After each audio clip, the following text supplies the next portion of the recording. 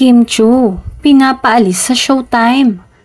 Trending si It's Showtime host Karil sa X nitong Sabado matapos pansinin ng fans, supporters at netizens ang pwesto ng mga upuan ng host kaugnay sa kanilang pagdiriwang ng 15th anniversary.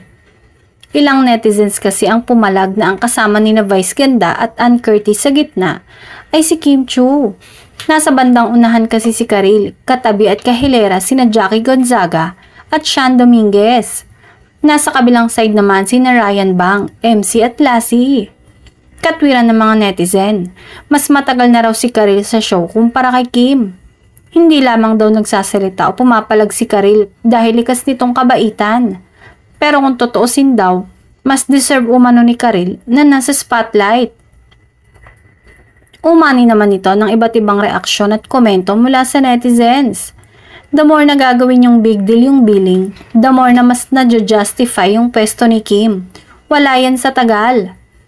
True, di ko naman hate si Kim pero wala akong paki kung mas marami siyang fans. Mas deserve ni Karil dahil siya ang nauna at original host ng Showtime kaysa kay Kim. Samantala, wala pang tugon o reaksyon o pahayag si Karil, si Kim o ang management ng It's Showtime at ABS-CBN tungkol sa billing issue na ito.